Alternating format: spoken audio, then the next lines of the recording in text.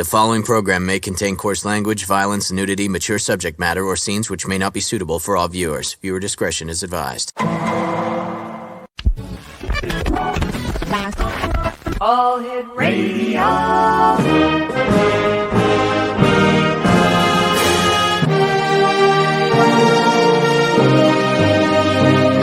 Welcome to the X Zone, a place where fact is fiction and fiction is reality.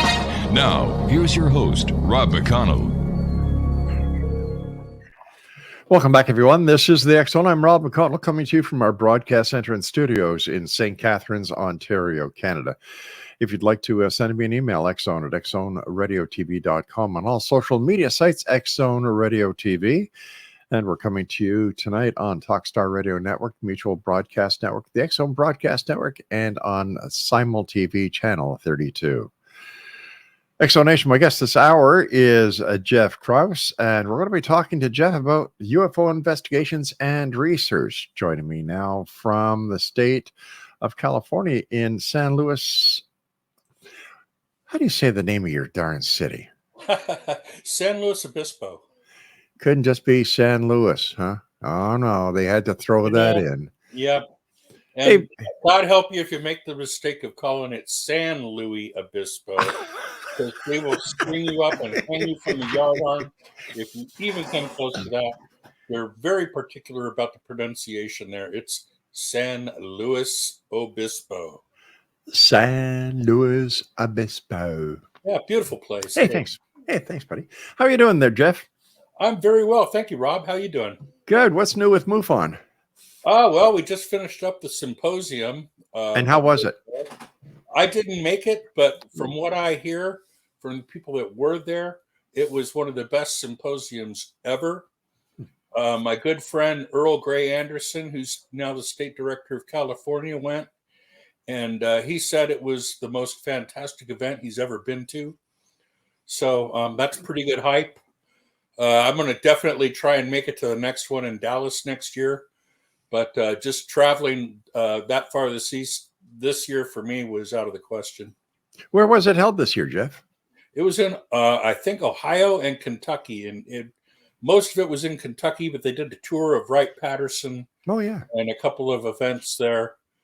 So it had a great attendance, and people were pretty stoked at the turnout there. Jeff, are there still as many UFO sightings as there were the last time we spoke?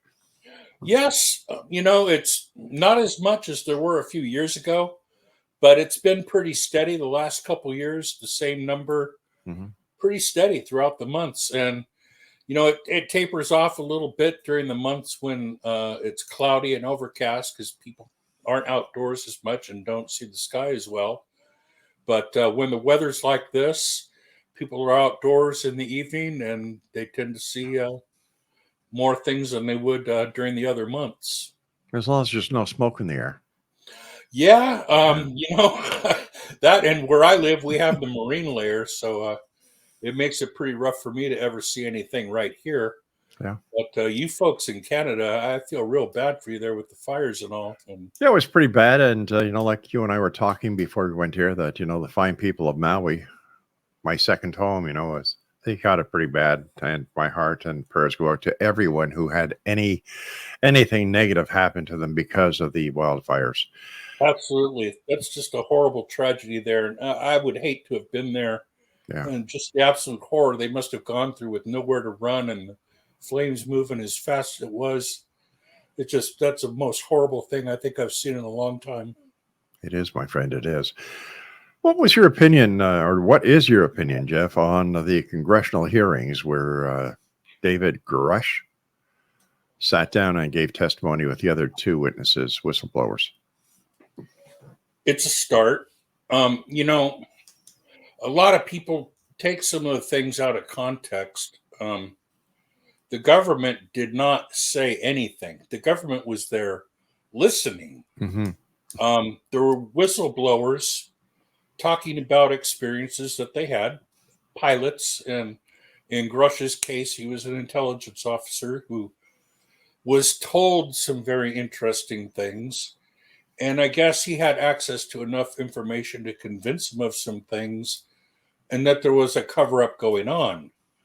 Now, we're not privy to a lot of that information.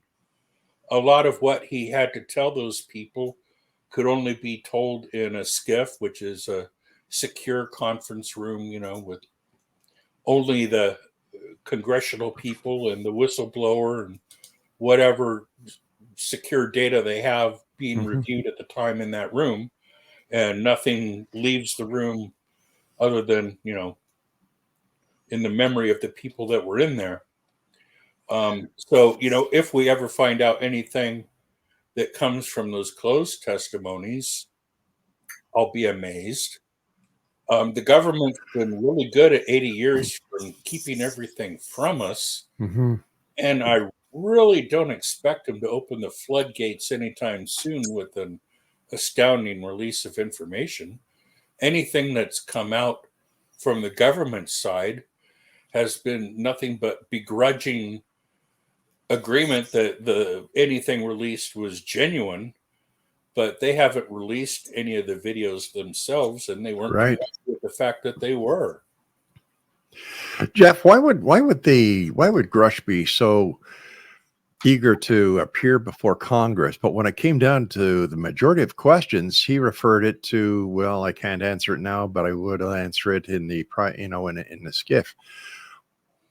Doesn't that go contrary to what so many people were expecting of the congressional hearings? Well, a lot of people were expecting, incredible things, and frankly, they were overshooting the mark there with their expectations.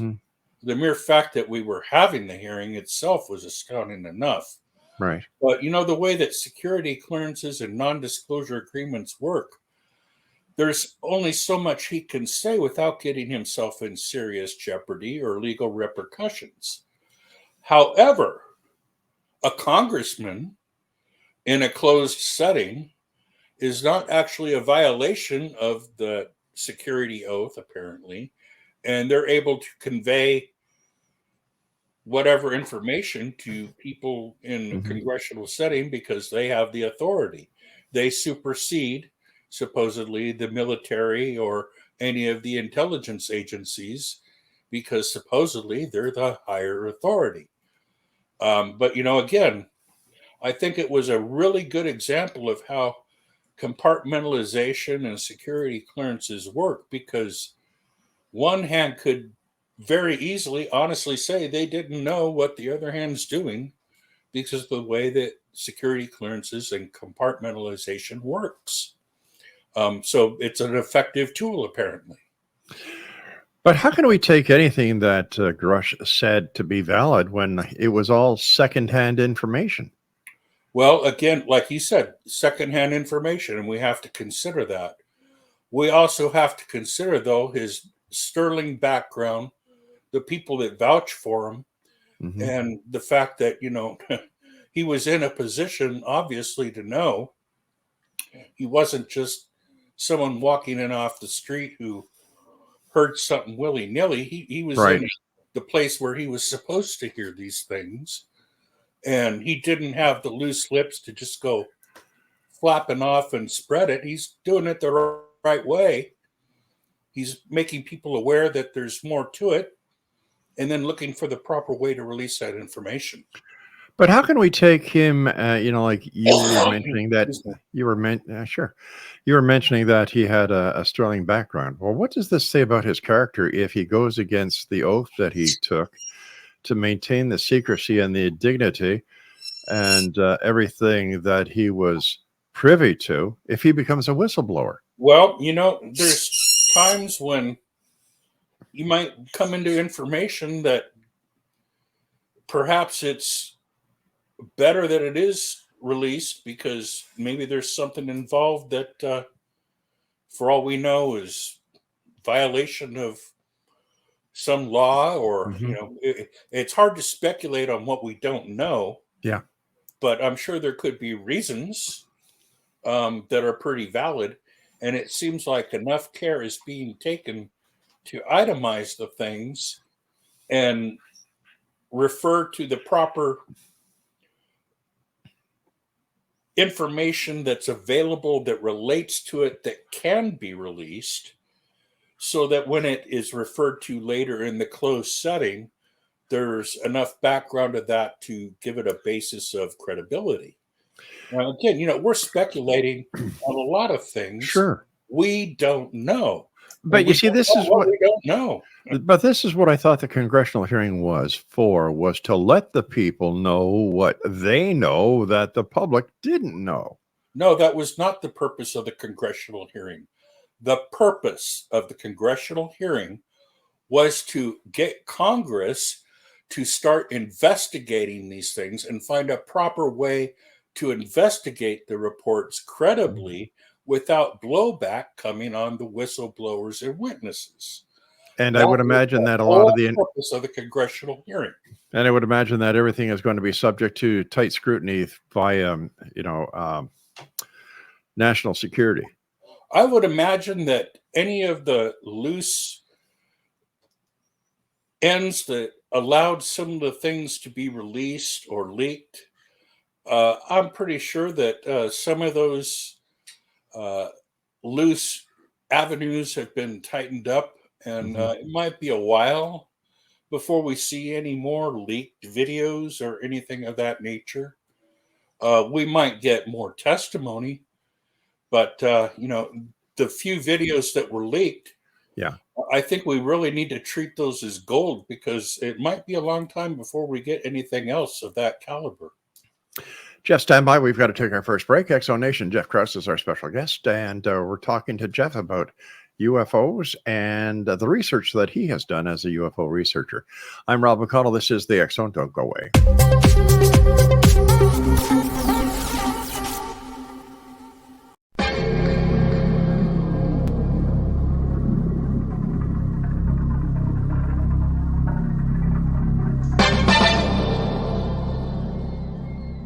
Are you ready to dive into the mysteries of the unknown? Tune into the electrifying X-Zone radio TV show hosted by the one and only Rob McConnell. I'm Rob McConnell, and get ready for a mind-bending journey through the unexplained phenomenon that surrounds us all.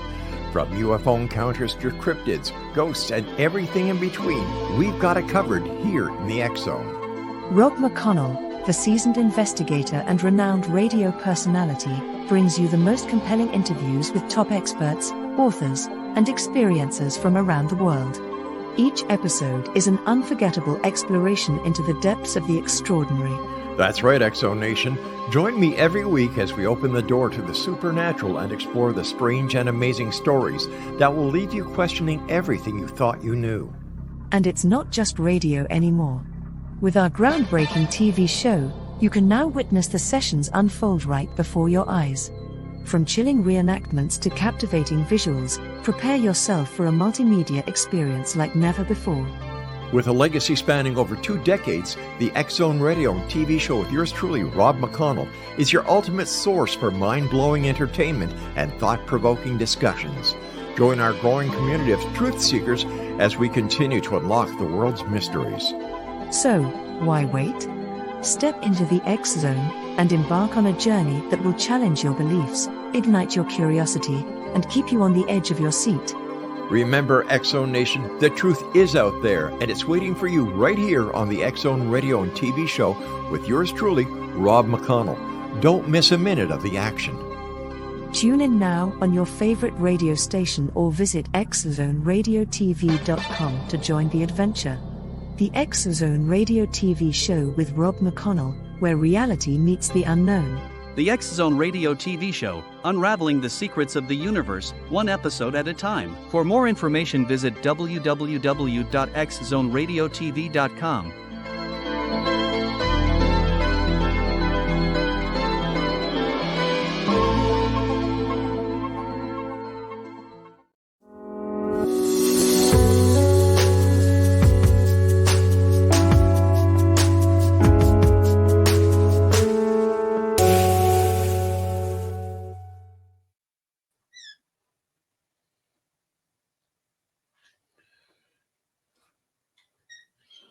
I'm sorry, Jeff, there we go. What brought you into the UFO field?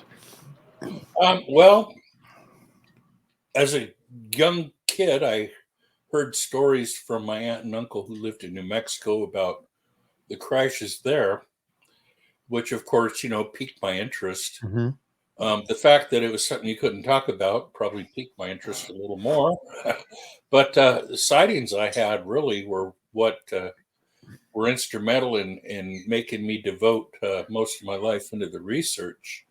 Once you see something like that and you can't explain it, Mm-hmm. it puts you down, a road for at least looking for some kind of explanation or perhaps knowledge that might explain what it was you saw. And how old were you when you had your first experience, or your first sighting, I should say? The first actual sighting of a craft that I remember knowing it was a craft, I was probably 19. I think there was something that happened when I was like 4 on the way to the New York World's Fair in Monument Valley. But that was very strange. And, I really can't remember a lot of details of a craft in that. But the craft that I really remember the best was from a sighting in Azusa back in 1979, when I saw a ship that was roughly about a mile in length, hovering overhead and moving very slowly. There was a lot of other people that saw it. Uh-huh. And when it took off, it kind of stretched into a line of light, and then the line sucked into a point, and then that little point of light shot off into space. And I said to my friend I was with at the time, this is really big. Look at all these people see this. This is going to be all over the news, the radio, everything. It's not going to be hidden anymore. Right. And of course, that was 1979. Do you remember hearing the news about it in 1979? Nope. Yeah, me either. Next day, not a blip on the news. And this was the San Gabriel Valley, heavily populated, most populated area in Southern California, more or less. Unreal. The craft had to have been seen from LA, because from that area in Azusa, you could see the buildings in LA on a good day when there wasn't smog, one of those few days. So this thing was really big. And I know at least 75 people, maybe 150, somewhere in that number, in a rather large parking lot at night, 8:30, still a little bit of ambient light in the air. And they were reacting to it the way, it sounded like a rock concert, whistling, and, sounded like happy, Right. people, ecstatic, not fear and running or anything like that. And of course, that's why I thought, everyone's going to be talking about this. And trying to find anyone that saw it back then, I haven't heard of anybody that remembers seeing it back then in 79. So out of 85 people, nobody had a camera? No. And what's really strange is when you do research into sightings like that, there are a lot of times when there'll be very credible witnesses standing a reasonable distance to an object and see something and be able to describe it in detail. Yet other witnesses, perhaps peripherally, say 45 degrees difference from their view on the object, wouldn't see it. And I think that's pretty strange right there. Yeah. But then it could be an element of cloaking. Could be. Who knows what's responsible for that? I do know that there is a lot of talk of cloaking going on with different ships. And you sent me a video too of that manta, which supposedly can cloak itself. Yeah. About 10 years ago, I had a discussion with a gentleman from the Air Force who was out sneaking a cigarette on a base by the side of a dumpster outside a hangar where he shouldn't have been on the runway. And he heard jets taking off, and it was really loud, the thundering of the engine. And from where he could see in between the hangars, he could see the runway clear. And he kept waiting and waiting, expecting to see this jet come by. And ended up, all he ever saw was the afterburners of the jet as it took off at an angle and disappeared. And so what was that? Was that cloaking? Sounds a little bit beyond stealth or what the public knows of stealth. Right. But this gentleman, very credible individual who I've known for quite a while. He was an officer in the Air Force, and other people at MUFON know him as well. And that's something that we talked about 10 years ago as being a fact. So fascinating. Why do you have any idea where these visitors are coming from? In your opinion, is it from one location or multiple locations out there? I would be absolutely shocked if there was only one species coming to visit us. From what is circulated, supposedly there's over 100 different species coming to visit us. Who knows? Maybe that's a fact. I really couldn't tell you. I would think it makes sense because it's a really big universe. I don't think they would all come from one place. I don't think all the people coming here to look at us would look the same. I'm pretty sure that every time you see a little UFO, it didn't make that trip through all the light years by itself. I'm pretty sure it came with some others in a larger mothership, because that's the only way to travel long distances that really makes sense. If you're studying other cultures, you wouldn't just take your Volkswagen up to the desert to study indigenous tribes. You'd take a motorhome and maybe pull a Jeep behind it for your side trips. And I think that's the same way that perhaps other civilizations explore the universe. But if there's over 100 different species, once again, I'm asking you based on your experience, why wouldn't they just make themselves known if they have no ill intent? Well, according to some people, they have let themselves be known. I can't say that because they haven't come to me and had a conversation with me that just isn't credible information. I would take it with a grain of salt. Extraordinary claims to me require extraordinary proof. Sure. But, what's to say that they're not intradimensional or maybe perhaps from under the sea? Our planet's covered mostly by water. We have a pretty good record of land animals and intelligence on there. What if there's a pretty good record for a civilization underwater and they have some kind of intelligence going on down there?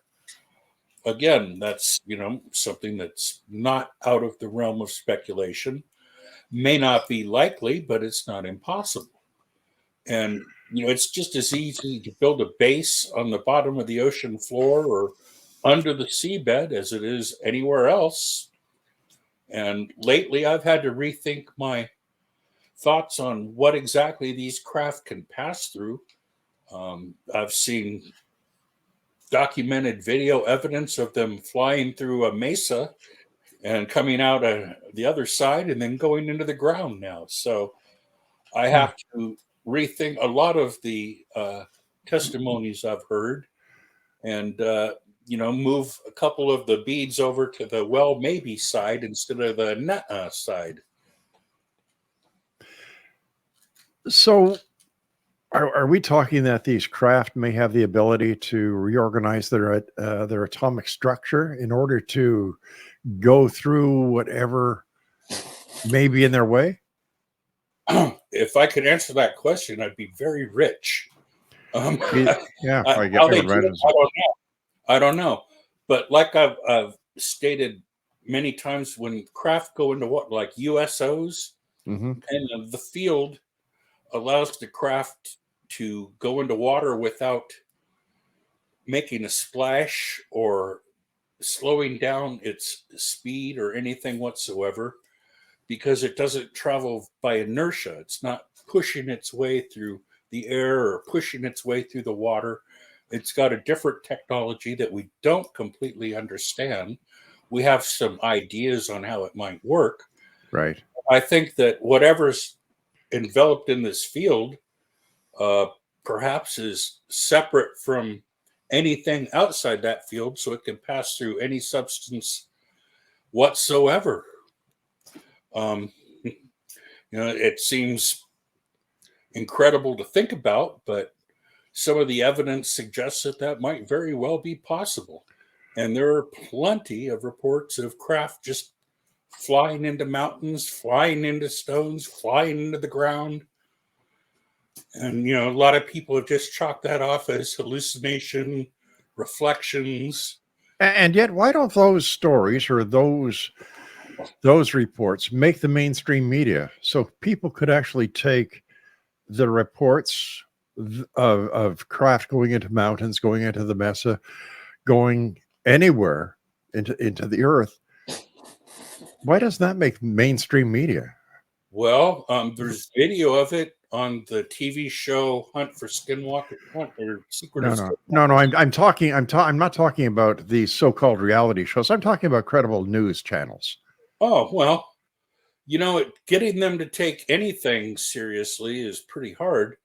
Even the videos that we now take for granted from the gun camera videos and things like that, for the longest time when they'd play them, there'd be the X-Files music in the background and the nod and the wink and jokes about little green men, because that's still the pervasive attitude in the media. It's very hard for them to swallow any of it unless there's solid concrete proof. And but don't you think that that's what the public actually deserves, is solid concrete proof instead absolutely. That's why we do what we do. The public deserves absolute concrete proof. But how come there hasn't been concrete proof presented to the public in all these years? Well, I would imagine that the cover-up has had a lot to do with it. The fact that most of the good information has still been tightly locked up under security clearances, and the information that wasn't was moved to corporations who don't want to release any of that information because they hold it as proprietary knowledge. Or is it possible that this information has no valid source to begin with, and that it's all people who want to believe in something so much that they're making this all up in order to get their 5, 10, 15 minutes of fame, as well as to say, we believe they're out there? There's too many reports. It's too much water under the bridge for that to be the case now. Maybe if there'd only been a few reports and it's just only a few years of this going on, that might be the situation. But that does not explain at least 80 years worth of reports from military and law enforcement personnel and a lot of the data that's been collected. And, you say that it hasn't been released. Yet when we continually write Freedom of Information Act requests to the correct agencies, after enough requests, the information does come out, even though before they said it doesn't exist.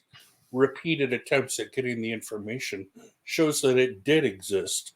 But could it be possible that the reason they said it didn't exist at that time was because it had been not declassified as a matter of national security? Absolutely, that's why it was classified. Yeah, and is it possible that people who badger the different agencies for under their Freedom of Information Act are doing more harm than good? I don't see how asking for information can possibly do any harm whatsoever. However, when people write these requests, there's an art to it. You have to be really specific in the wording, and you have to know what it is you're looking for, because it's very easy to skirt around the request with information if you don't have it nailed down exactly what it is you're looking for with the correct terminology.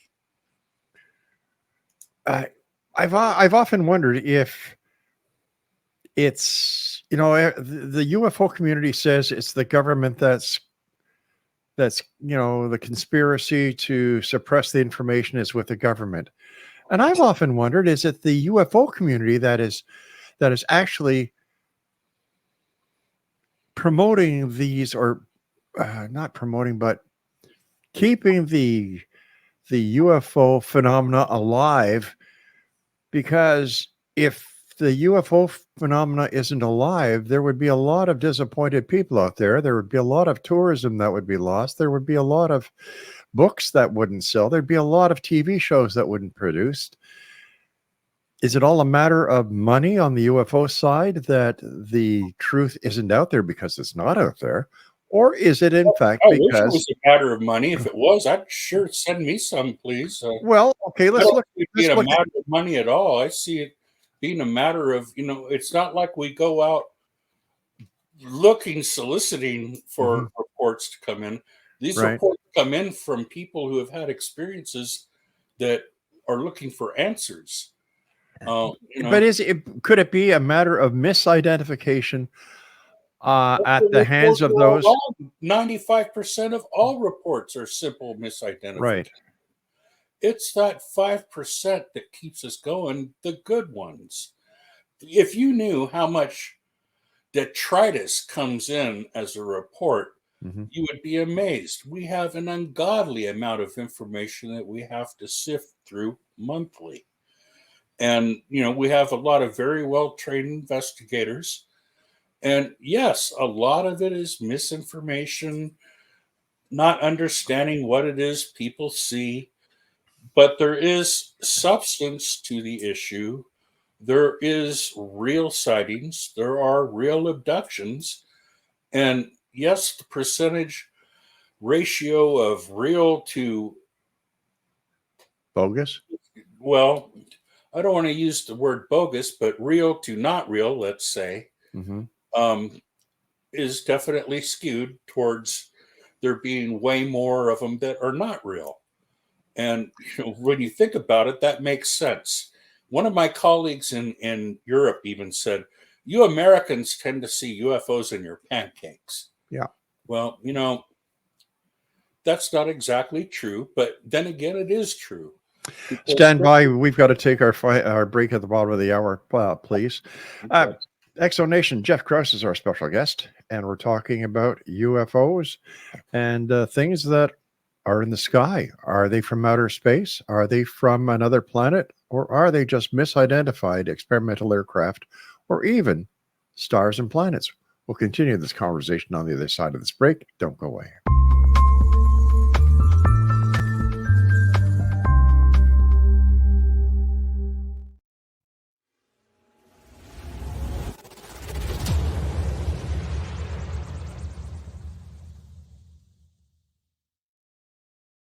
So I was watching the X Zone TV channel last night when I was abducted by aliens, and they kept repeating to me over and over again, simultv.com, simultv.com. What's simultv.com? That's what I asked them. They had it written on the side of their UFO. How do you spell that? UFO. No, I mean simultv.com. simultv.com. simultv.com. Right. simultv.com. Interesting that you were abducted by aliens in a simultv.com UFO last night. Oh, yeah? Yeah. Now that you mention it, I remember now last night I was awakened from a deep sleep. My great-grandmother was standing there. She said she'd come from the hereafter to tell me about simultv.com. She even spelled it out for me. simultv.com, sonny boy. simultv.com. simultv.com, sonny boy. Wow. Yeah. Guys, you'll never guess what my psychic guru just told me. simultv.com. Exactly. Are you guys psychic too? Of course. We all know about simultv.com. simultv.com.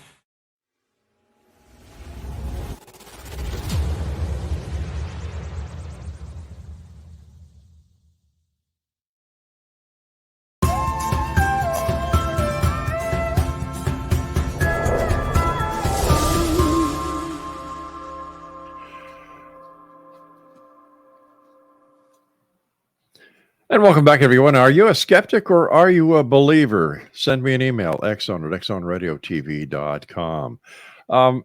With all the interest now going back to our space agency, NASA, as well as other space agencies around the world, in the moon, are there more UFOs that are monitoring the terrestrial reached back to the moon than before, or are UFO reports when it comes to the coming and going of craft to the moon and back are not important to them? That's a very good question. And I would be highly interested to see if we do get any more reports during these lunar excursions of anything being seen. There have been some interesting sightings by astronauts before. Story Musgraves had an interesting sighting while he was on the International Space Station. Dr. Edgar Mitchell, I believe, had some experiences where he thought he was contacted by otherworldly intelligences while he was out in space. So, it's possible that when we do make these excursions, we could come into some kind of contact with some kind of other entity. Mm-hmm.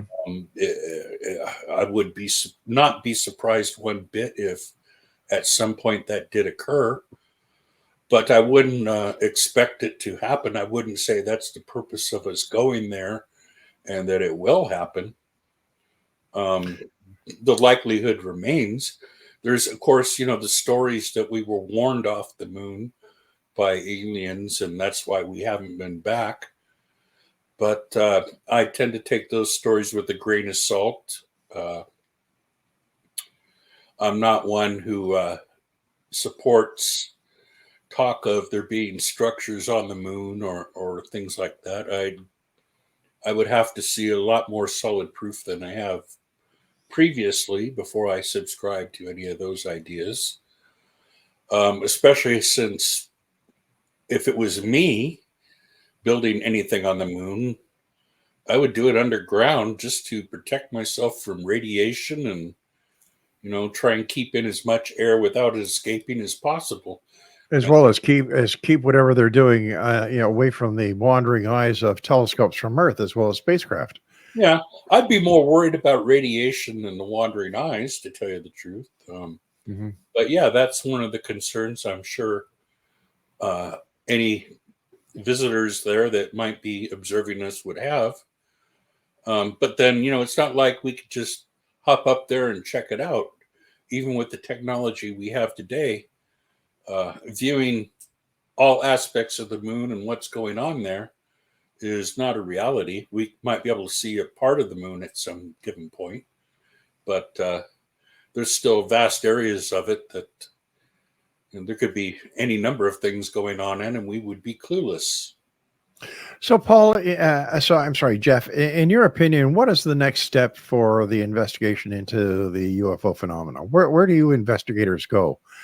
And how will you be presenting new findings, new facts, and new evidence to the public? Well, we continue to take reports in from the public as the reports come in.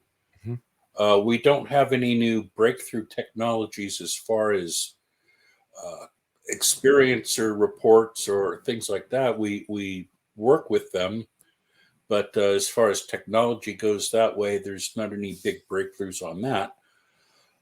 However, as far as UFO reporting goes, we are now using or working with these MADAR units through NICAP and NUFORC. These MADAR units are capable of anything that comes into the atmosphere. They can pick up any anomalies through, I think they pick up magnetic fields,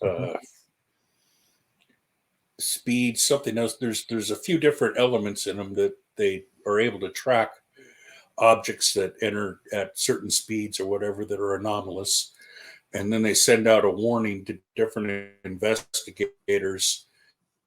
And if a warning matches reports that come in from a witness or someone else, we're able to correlate that data that came in there with their sighting. So it's another tool for getting actual scientific data. There's also the UFO DAP units that people are starting to use now, which are very good at tracking anomalous objects when they come into the atmosphere and tracking them through video as they move across the sky, which is, very helpful if you want to try and analyze speed, entry, trajectory, things like that.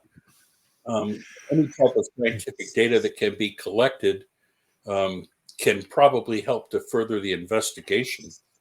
But once again, if these people really don't know what they're looking at, how credible is the data and information that is being supplied to a report? Fortunately, we have actual credible scientists out now doing investigations and trying to collect the data. The public is, always going to be dispersed and diverse with, the amount of people who are good observers and 2 a.m. drunks leaving the bar. Obviously, the public is a wide variety of different types of people, whereas actual scientific people out with the correct instruments in certain locations trying to track and get data, it provides a completely different set of information for us to evaluate.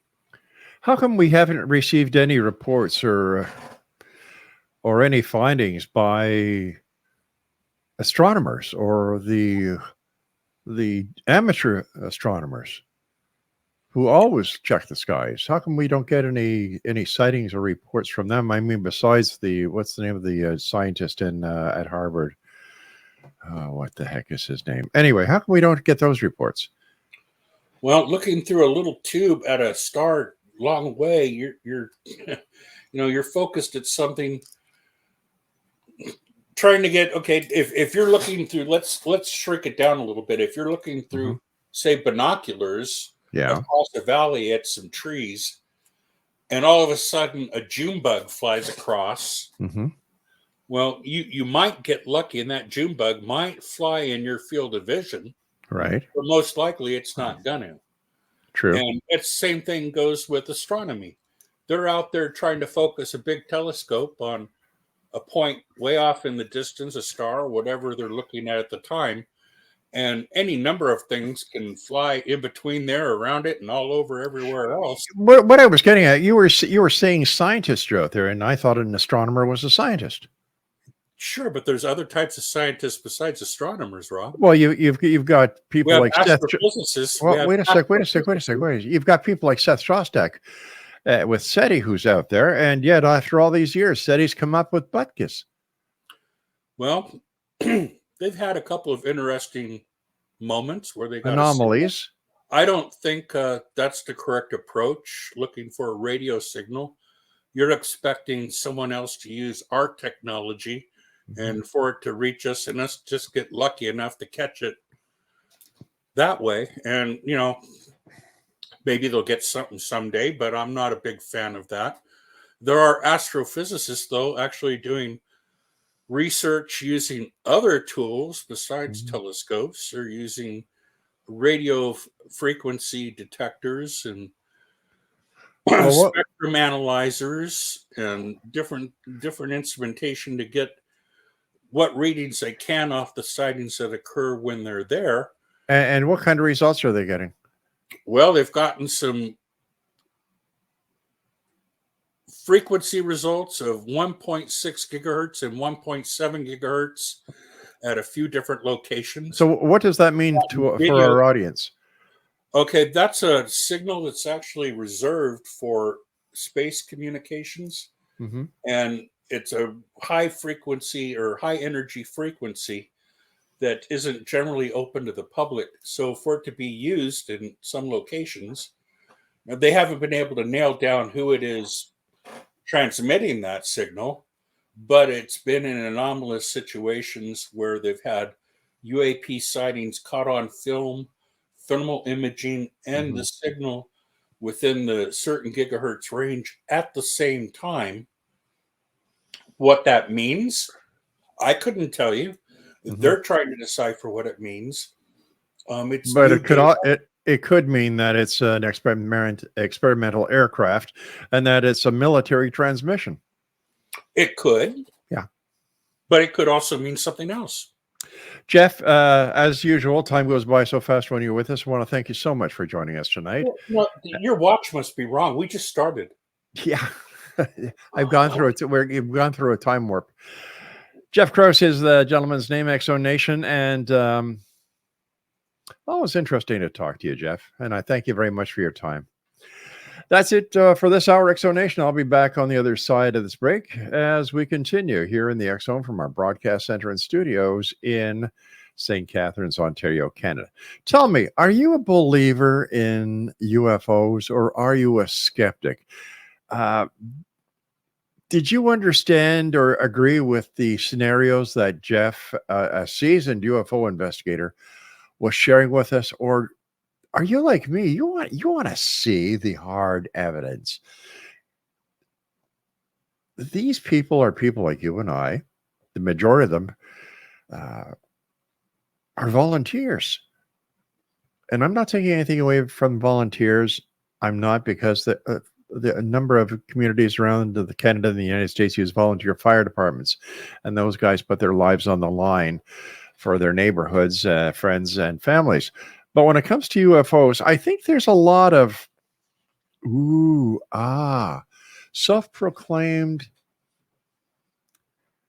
Well, let me put it to you this way. I don't know how a lot of these people can call themselves researchers and investigators when they've really taken no